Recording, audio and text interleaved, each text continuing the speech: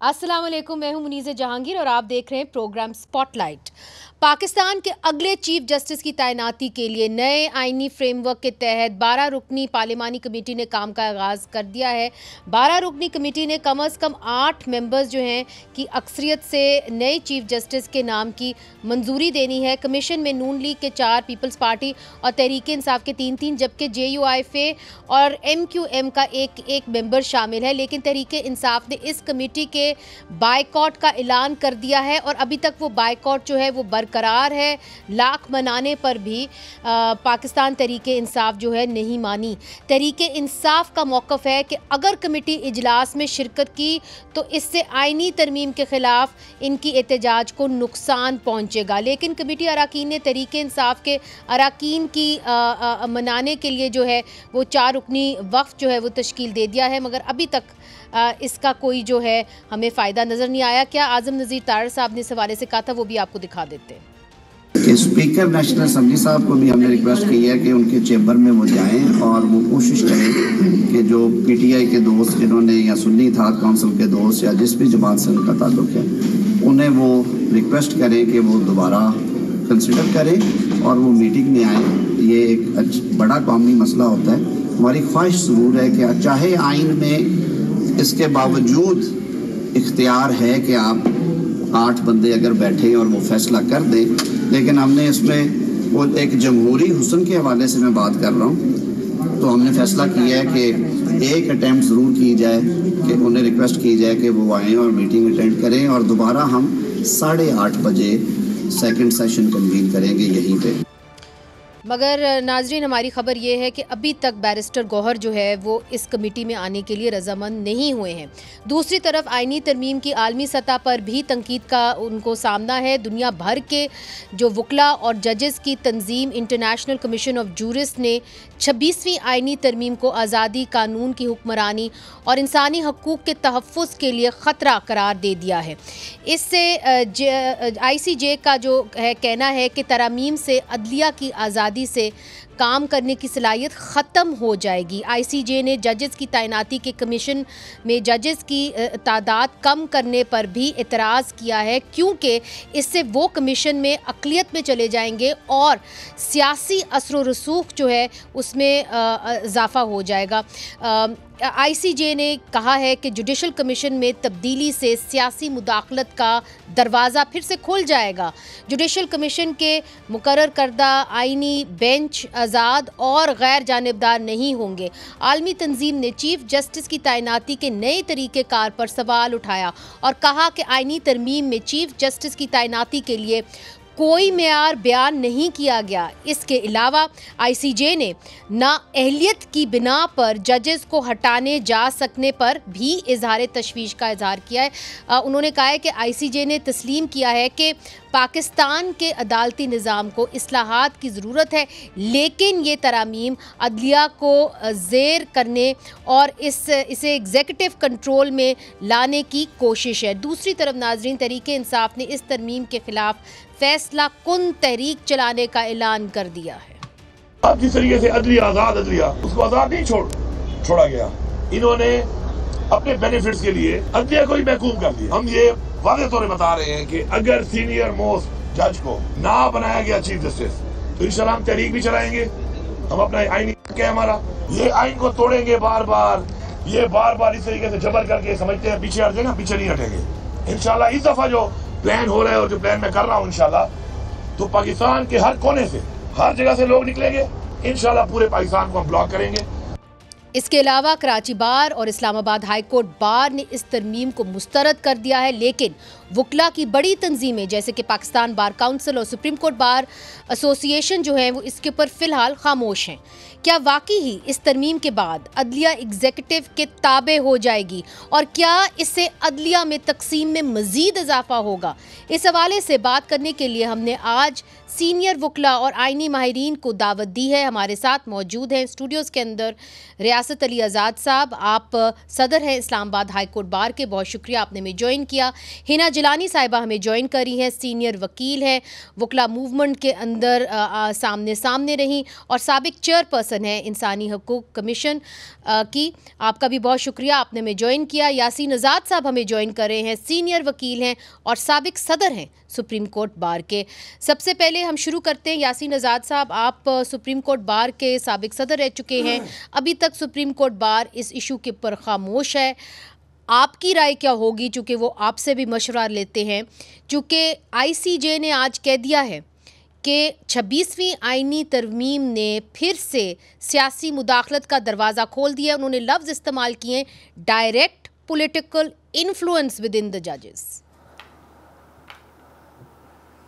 सबसे पहली बात यह है कि ये बात तो आपको तस्लीम करनी पड़ेगी कि कानून साजी का इख्तियार सिर्फ पार्लियामेंट का है, पार्लियामेंट के अलावा किसी का इख्तियार नहीं है। ठीक है। और अगर पार्लियामेंट के अलावा कोई अदारा ऐसा है जो कानून साजी कर सकता है तो मुझे बता दें। अब रह गया मामला जो जिस तरह जजेस की आपने बात की, जुडिशल कमीशन के हवाले से बात की, इससे पहले 18 अमेंडमेंट से पहले जजेस की अपॉइंटमेंट का जो तरीक़ाकार था वो हमेशा गवर्नमेंट किया करती थी, कोई और नहीं किया करता था। लेकिन वकला बरादरी के डिमांड पे जुडिशल कमीशन बनाया गया और जुडिशल कमीशन में तकरीबन मैं 4 साल में ख़ुद भी उसका मेंबर रहा। जुडिशल कमीशन में के साथ साथ पार्लिमानी कमेटी भी थी और जुडिशल कमीशन के बाद वो नाम पार्लिमानी कमेटी में जाते थे। चूँकि 18 अमेंडमेंट में जो जुडिशल कमीशन बना था उसमें जजेस की तादाद कम थी जी, तो फिर 19 अमेंडमेंट आप लेके आए और 19 अमेंडमेंट के बाद जो चीफ जस्टिस ऑफ पाकिस्तान उसका चेयरमैन हो गया जुडिशल कमीशन का, 4 सीनियर मोस्ट जजेस को आपने ले लिया, एक रिटायर जज सुप्रीम कोर्ट के लिया और उसके बाद लॉ मिनिस्टर, अटारनी जनरल और पाकिस्तान बार काउंसिल का नामिनी था। अफसोस तो इस बात का है कि वक्तन फ़वक्तन जब भी जुडिशल कमीशन ने फ़ैसले किए, जब हमने नाम पार्लिमानी कमेटी को भेजे तो पार्लिमानी कमेटी ने अगर किसी नाम पे एतराज़ करके वापस किया कि ये नाम, ये आदमी जज बनने के काबिल नहीं है जी, तो जुडिशल कमीशन ऑफ पाकिस्तान ने उस नाम को उठा के फेंक दिया। अच्छा। और कह दिया कि पार्लिमानी कमेटी को इस बात का इख्तियार नहीं है कि वो जजेस के मतलब कोई फ़ैसला करें। और बदकिस्मती से जुडिशल कमीशन उस नाम को जो पार्लिमानी कमेटी वापस भेजती थी उसको कंसिडर नहीं करते थी। मैं आज भी कहता हूँ कि 18 अमेंडमेंट से पहले जो जजेस की अपॉइंटमेंट का तरीक़ाकार था वो 100 दर्जे बेहतर था जो जुडिशल कमीशन बनने के बाद हुआ। बदकिस्मती इस मुल्क की ये है कि जुडिशल कमीशन बनने के बाद 4 साल के अरसे में जो कुछ मैंने देखा वो ये था कि जजेस की अपॉइंटमेंट जो थी वो मेरिट्स नाम की कोई चीज़ नहीं थी और वक्तन फ़वक्तन जुडिशल कमीशन में हम लोग कहते थे ये फ़लाँ का आदमी है, फ़लाँ का आदमी है जी, वो जज बनता था जी। पाकिस्तान बार काउंसिल ने अपने रूल्स अमेंड करने के लिए दिए और उसमें आर्टिकल 6 में हमने ये लिखा हुआ था कि मेहरबानी करके आप इस तरह करें कि पाकिस्तान बार काउंसिल को मीनिंगफुल कंसल्टेशन की इजाज़त दें। 4 दफ़ा मीटिंग हुई जी, लेकिन पाकिस्तान बार काउंसिल को मीनिंगफुल कंसल्टेशन की इजाज़त नहीं दी गई। किसने नहीं दी सर? आज लोग अदलिया की सुप्रीम जुडिशल का जो हमारी काउंसिल थी उसमें चूँकि मेजॉरिटी जज साहिबान की थी तो उन्होंने इजाज़त नहीं दी। ठीक। अल्टीमेट रिज़ल्ट ये निकला कि आज अगर इस अमेंडमेंट के तहत कोई मामला सामने आया जी, तो उसमें अब ये बात तय हो गया कि जुडिशल कमीशन ऑफ पाकिस्तान और जो पार्लियामेंट कमेटी है वो मिल के जजों का इंतखाब करेंगे। इसमें क्या बुराई है मुझे बता दें। तो आप इसका आप ये जो 26वीं आइनी तरमीम है इसका खैर मकदम करते? मैं इसलिए खैर बाज़ चीज़ें जिस तरह आपने 45 साल को कम करके 40 साल कर दिया जज के अपॉइंटमेंट, मैं उससे डिसएग्री करता हूँ ये एज के मामले में। अच्छा, एज के मामले में 45 साल की एज थी, इसके ऊपर मैं बाद में आऊँगी। जो आपने पहले नुकात उठाए हैं, चूँकि बाकी भी मेहमान बैठे हुए हैं, मैं चाहूँगी कि वो नुकात उन तक मैं लेके जाऊँ। हिना जिलानी साहिबा बैठी हुई हैं, यासीन आज़ाद साहब ने एक लंबी तारीख जो है वो सुनाई है और कहा है कि कैसे जजेस की तैनाती जो है वो मेरिट पे नहीं हुई 18वीं तरमीम के बाद जब 19वीं तरमीम आई, तो ये उन्होंने कहा कि क्योंकि जजेस की तैनाती मेरिट पे नहीं हो रही थी तो अब मजबूरन सियासी जमातों को ये 26वीं आईनी तरमीम लानी पड़ी। हिना जलानी साहिबा। देखिए मुनीज़े, आपकी सवाल का जवाब देने से पहले मैं ये ज़रूर कहना चाहूँगी कि हमारे जो एतराज़ात थे, मुख्तलिफ जो मुसवदे आ रहे थे इस बिल के, उसके ऊपर जो हमारा एतराज़ सबसे बड़ा ये था कि ट्रांसपेरेंसी नहीं है, जल्दी में ये काम करने की कोशिश कर रहे हैं और ये वो इन्वायरमेंट नहीं है कि इस वक्त जजेस के जो मामलात हैं उनमें इस किस्म की इंटरवेंशन की जाए कि और रद्द-बदल की जाए कि बुनियादी जो शक्ल है वो सुप्रीम कोर्ट की चेंज हो, और वो मेरा ख़्याल है एतराज़ अभी भी कायम है। दूसरी बात ये कि मुझे इस बात पर बहुत अफसोस है कि बहुत सी एलिगेशंस ऐसी आ रही हैं कि इस तरमीम को पास कराने के लिए कोएशन इस्तेमाल की गई है, और मैं ये समझती हूँ कि अगर ऐसा दुरुस्त है ये बात और ये एलिगेशंस दुरुस्त हैं तो ये एक उन लोगों के ज़मीर पर बहुत बड़ा बोझ है जिन्होंने इस तरमीम को पास कराने के लिए ऐसे हरबे इस्तेमाल किए हैं। और ये मेरा ख्याल है कहना बहुत ज़रूरी है कि सेनेट के जो चेयरपर्सन हैं और जो नेशनल असेंबली के स्पीकर हैं, ये इनकी ज़िम्मेदारी है कि इस चीज़ की तफ्तीश करें, क्योंकि they are the protectors of the house and the guardians of the house. और अपने अपने हाउसेस में अगर किसी शख्स के ऊपर कोई कोर्शन इस्तेमाल हुई है, they should look into it seriously, इसको डिसमिस ना करें। ये तो मैं एक सिर्फ तुमहीद के तौर पर कह रही थी। बाकी मैं समझती हूँ कि यासीन आज़ाद साहब ने जो बात की है हिस्ट्री की, वो बिल्कुल दुरुस्त है। मैं ये भी समझती हूँ कि जुडिशल काउंसिल के अंदर जो पार्लिमानी लोग हैं उनको शामिल करना कोई बुरी रवायत तो नहीं है, और जुडिशल कमीशन के अलावा जो पार्लियामेंट्री कमेटी बनी है, मुझे उस पर भी एतराज़ नहीं है। बहुत से ममालिक हैं जहाँ पार्लियामेंट जजेस के हवाले से एक इख्तियार रखती है उनको अप्रूव करने में, लेकिन जिस पे मुझे एतराज़ है वो ये है कि ये कैमरा में बात करेंगे, हमें कुछ पता नहीं कि जुडिशल कमीशन क्या मायार तय करती है सिलेक्शन के लिए और पार्लियामेंट्री कमेटी क्या मायार रखती है सिलेक्शन ऑफ चीफ जस्टिस के लिए, और इन चीज़ों के लिए ओपन डिबेट होती है। आपने देखा होगा अमेरिका में भी जब कोई नॉमिनेट होता है जज तो उसको सेनेट जो है उसकी हेयरिंग्स ओपन होती हैं। हमें कुछ पता तो चले कि मेयार क्या होगा इनका, और दोनों अपने अपने अलग अलग मेयार कायम करेंगे या एक यूनिफॉर्म मेयार होगा, और ये तरमीम का एक हिस्सा है कि इनको मेयार कायम करने हैं। तीसरी बात यह कि इवैल्यूएशन की बात है, उसके लिए भी मेयार कायम हो कि जुडिशल काउंसिल किस बुनियाद पर एक जज को परखेंगे और उसके मेयार को देखेंगे कि उसकी जजमेंट्स किस मेयार पे आ रही हैं। ये तो मेरे ख्याल में जो अहम बातें हैं। दूसरी कॉन्स्टिट्यूशनल बेंचेस के हवाले से अभी भी कंफ्यूजन है। ये कॉन्स्टिट्यूशनल बेंचेस जुडिशल कमीशन क्या बनाती है, कितने अरसे के लिए बनाती है, किनको बनाती है, और इसके अंदर उसके इख्तियारात जो होंगे उसको इस्तेमाल करने के लिए जुडिशल कमीशन क्या स्टैंडर्ड सेट करेगी टू डिटरमिन कि ये कॉन्स्टिट्यूशनल मामला है कि नहीं। बहुत सी रिजर्वेशन है, लेकिन मैं ये भी समझती हूँ कि यहाँ पर जब जुडिशल इंडिपेंडेंस की बात आती है, हमारी तशवीशात उस पर भी हैं, लेकिन मैं ये भी समझती हूँ कि जब ऐसे मामलात हो जाते हैं और पार्लियामेंट अपना इस्तेकाक इस्तेमाल करती है कॉन्स्टिट्यूशनल रिफॉर्म्स का और लेजिस्लेशन का, जो कि उनका इस्तेकाक है, तो फिर जजेस पर भी जिम्मेदारी आती है कि वो अपने किरदार से, अपनी जजमेंट्स के ज़रिए से ये शो करें कि वो इंडिपेंडेंट है और किसी इन्फ्लुएंस के अंडर नहीं आएंगे। रियासत अली आज़ाद साहब, आपने हिना जलानी साहिबा की बात सुनी, यासीन आज़ाद साहब की भी बात सुनी। बात यह है कि आपके अपने वकला भी ये कहते रहे कि जी हमें वो इंसाफ नहीं मिल रहा जो हमें दरकार है। आप इस्लामाबाद हाई कोर्ट बार को इस वक्त लीड कर रहे हैं, आप इसका खैर मकदम करते हैं 26वीं आईनी तरमीम का? मैं सद एहतराम यासीन आज़ाद साहब मेरे लीडर है, उनसे बड़े एहतराम के साथ मैं बिल्कुल इख्तलाफ करते हुए अपनी राय दूंगा। बात यह है कि हमने जदोजहद की थी इस मुल्क के अंदर आज़ाद अदलिया के लिए, ठीक है। मैं उस वक्त सेक्रेटरी रहा हूँ 2008 में। 2009 में जब वकला तहरीक चली, हमने बहुत सारी तकलीफ़ें उठाई। मैं PCO कोर्ट्स में पेश नहीं हुआ। मैंने इस्लामाबाद PCO कोर्ट बनी, मैंने उसकी मेंबरशिप नहीं ली थी। हमने असूल और कानून की उस वक्त भी बात की थी। मैं उस जदोजहद में एक फ्रंट लाइन सिपाही रहा हूँ।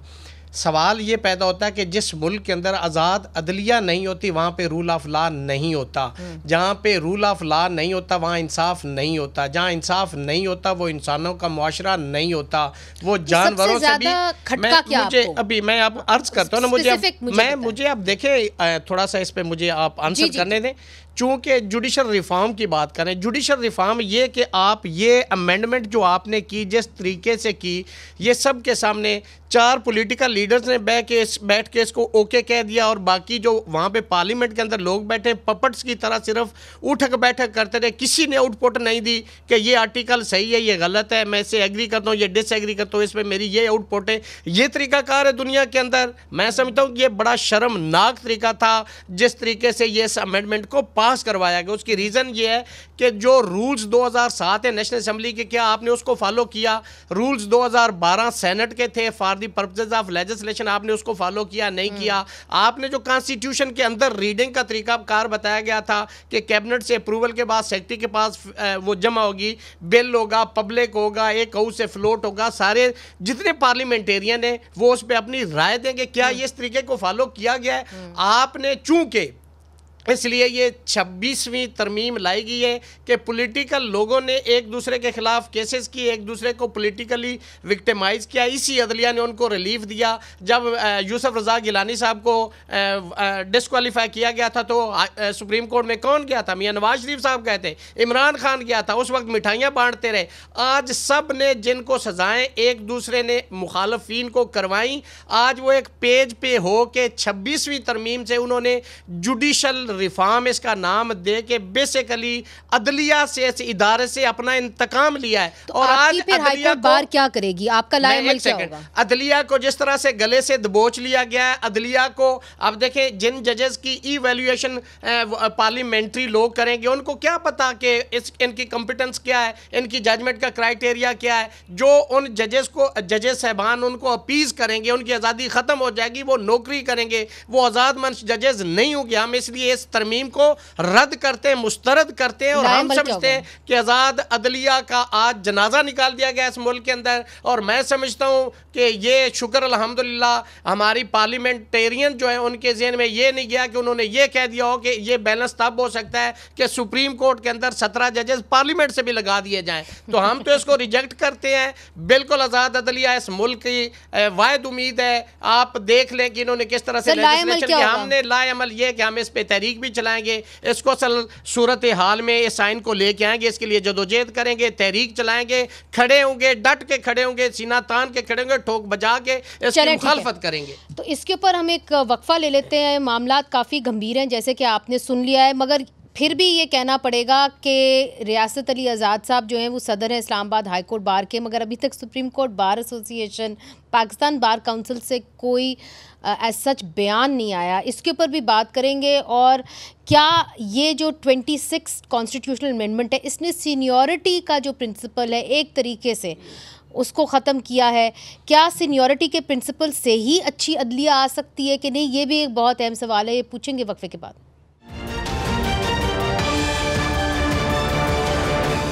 वेलकम बैक नाजरीन। 26वीं आइनी तरमीम पे इंटरनेशनल कमीशन ऑफ जूरिस्ट जो है उन्होंने कह दिया है कि ये एक अच्छी तरमीम नहीं है चूँकि इसके तहत डायरेक्ट पॉलिटिकल इंटरवेंशन हो सकती है। यासीन आज़ाद साहब हमारे साथ मौजूद हैं। यासीन आज़ाद साहब, ब्रेक से पहले आपने रियासत आज़ाद साहब की बात सुन ली। हिना जिलानी साहिबा ने ये पॉइंट उठाया, उन्होंने ये कहा कि जी इन कैमरा ये सारे फ़ैसले होंगे, चाहे वो पार्लिमानी कमेटी के हों जिन्होंने तैनात करना है चीफ जस्टिस साहब को, या जुडिशल कमीशन के हो जिन्होंने बाकी जज साहिबान को तैनात करना है, कि क्राइटेरिया क्या होगा। ओपन डिबेट नहीं होगी। इसके ऊपर वो कहती हैं कि मुझे तशवीश है क्योंकि आप कोई ट्रांसपेरेंसी नहीं रख रहे अपॉइंटमेंट प्रोसेस के अंदर। तो फिर जो लोग अपॉइंट होंगे, आईसीजे का भी ये कहना है, तो वो पॉलिटिकल इन्फ्लुएंस के से ओपन होंगे, चूँकि फिर वो पार्लिमानी कमेटी को प्लीज़ करना चाह रहे होंगे जो वहाँ पे पार्लियामेंट में बैठे होंगे, और जो चीफ जस्टिस साहब भी होंगे वो भी ये चाहेंगे कि एक रेस लगी होगी तीनों के दरमियान कि जी हम किस तरीके से हुकूमत को हम फेवर करें ताकि हम चीफ जस्टिस बन सकें। तो ये तो खदशात है ना जी। देखें, आपने सीनियरिटी के असूल की बात की, सवाल ये पैदा होता है कि अल जाट ट्रस्ट केस का जब फैसला आया तो उसमें ये बात तय की गई थी कि सीनियरिटी के असूल को जो है ना मेंटेन किया जाएगा।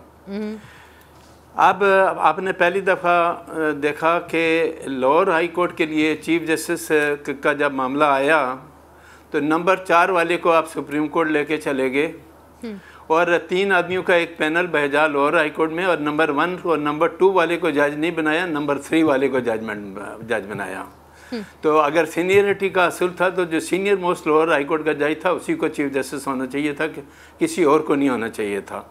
इसी तरह हमारे जुडिशल कमीशन ने 3 आदमियों का पैनल बना के सिंध में भेजा और यहाँ फैसला ये हुआ कि सीनियर आदमी जो है वही चीफ जस्टिस होगा। तो पैनल का कंसेप्ट तो मेरे जुडिशल कमीशन में दिया, जिसमें मंसूर अली शाह साहब भी हैं, काजी फैज़ ईसा साहब भी हैं, या अफरीदी साहब भी हैं, सारे ही हमारे सीनियर जो जज हैं वो अपनी जगह पे मौजूद हैं। आज अगर पार्लियामेंट ने ये कह दिया कि सुप्रीम कोर्ट में भी चीफ जस्टिस का फैसला करने के लिए ये मामला जो है ना 3 का पैनल बना के भेजा जाना चाहिए, तो इसमें बुराई क्या है? नंबर 1।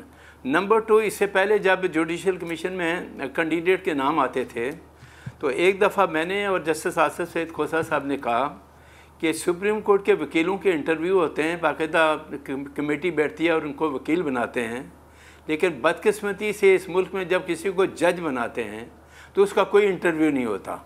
हमारा कहना ये था कि जो कैंडिडेट आते हैं उनका इंटरव्यू होना चाहिए, उनसे पूछा जाना चाहिए कि क्या वो जज बनने के काबिल हैं या नहीं हैं, लेकिन उस बात को डिसएग्री किया गया। अब सवाल ये पैदा होता है कि पहली दफ़ा सुप्रीम कोर्ट में पैनल सामने आया और ये पैनल हमारे जुडिशल कमीशन ने इसकी रवायत को मेंटेन किया सिंध हाई कोर्ट में और लाहौर हाई कोर्ट में। अब पैनल आया तो पार्लियामानी कमेटी ने भी आज अपने बात पेपर में अखबारात में आप देख लें तो अखबारात में ये खबर लगी है कि पैनल जो दिया है वो जुडिशल कमीशन ने जो लाहौर हाई कोर्ट में या सिंध हाई कोर्ट के मुताबिक पैनल बना के भेजा, उसके मुताबिक हम भी सुप्रीम कोर्ट में पैनल बना के भेज दें।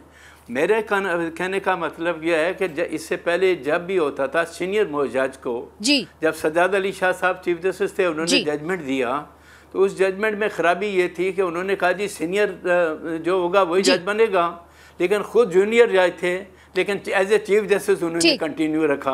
तो हमारे यहाँ ये प्रॉब्लम मसाइल ये हैं कि हम बातें तो बड़ी बड़ी करते हैं लेकिन प्रैक्टिकली जब हमारी अपनी बारी आती है तो हम परेशान हो जाते हैं। अच्छा, इसके ऊपर मैं आज भी कहता हूँ जी हिना जिलानी साहिबा की जानिब जाती हूँ। जो यासीन आज़ाद साहब ने बात कही कि जी प्रैक्टिकली तो सीनियरिटी प्रिंसिपल माजी में किसी ने इसको माना ही नहीं, उन्होंने आपके सामने कई एग्जाम्पल्स रख दिए, तो how is this bad then to have a parliamentary committee? नहीं, मैं इनसे डिसएग्री नहीं करती।